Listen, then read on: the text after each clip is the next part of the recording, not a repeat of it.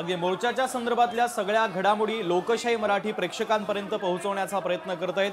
ही दृश्य देखील आपण पाहतोय। खऱ्या अर्थानं गेल्या 3 महिन्यापासून महाराष्ट्राच्या राजकारणामध्ये ठाकरे बंधूंच्या युतीच्या संदर्भातली चर्चा आहे। कौटुंबिकदृष्ट्या ठाकरे बंधू एकत्र आलेले आहेत, मात्र राजकीयदृष्ट्या एकत्र येणार की नाही या संदर्भातला सस्पेन्स अद्यापही कायम आहे। मात्र वारंवार आंदोलन असतील, मोर्चे असतील आणि अनेक व्यासपीठावर ठाकरे बंधू एकत्र येत आहेत। एकत्रितपणे ते सत्ताधाऱ्यांच्या विरोधामध्ये आपला आवाज बुलंद करत आहेत, आवाज उठवतात सुद्धा आहे।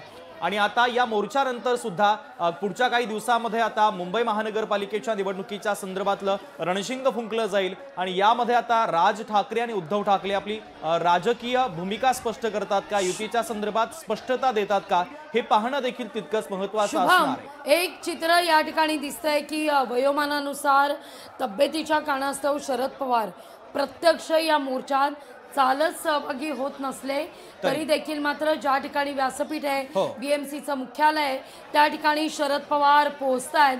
तर दुसरीकडे सुप्रिया सुळे, उद्धव ठाकरे, राज ठाकरे, अंबादास दानवे, आदित्य ठाकरे आणि अमित ठाकरे, शर्मिला ठाकरे या मोर्चात सहभागी चालत बीएमसी मुख्यालयापर्यंत पोहोचत असल्याची ही दृश्य आपल्यापर्यंत या क्षणी पोहोचतायत। शुभम, अगदी मतदार याद्या दुरुस्त करून मगच निवडणुका घेण्याची प्रमुख मागणी या सगळ्या आंदोलकांची आहे आणि एकंदरीत आपण पाहतोय सगळ्याच पक्षांनी, विरोधातील सगळ्याच पक्षांनी या संदर्भात कठोर भूमिका घेतलेली आहे आणि जोपर्यंत निवडणूक याद्या या दुरुस्त होत नाही तोपर्यंत निवडणूक घेऊ नका अशी ठाम भूमिका देखील परवा मनसे अध्यक्ष राज ठाकरे यांनी मांडलेली आहे। आणि या सगळ्या मोर्चानंतर आता सत्ताधाऱ्यांची अर्थातच सरकारची भूमिका नेमकी काय असेल आणि सगळ्यात महत्त्वाचं म्हणजे राज्य निवडणूक आयोगाची भूमिका नेमकी काय असेल हे पाहणं देखील तितकंच महत्त्वाचं आहे।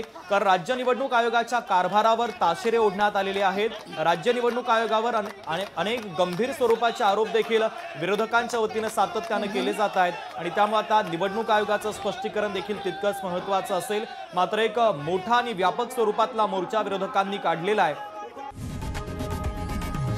लोकशाही मराठी ऐका, पहा, जागरूक रहा।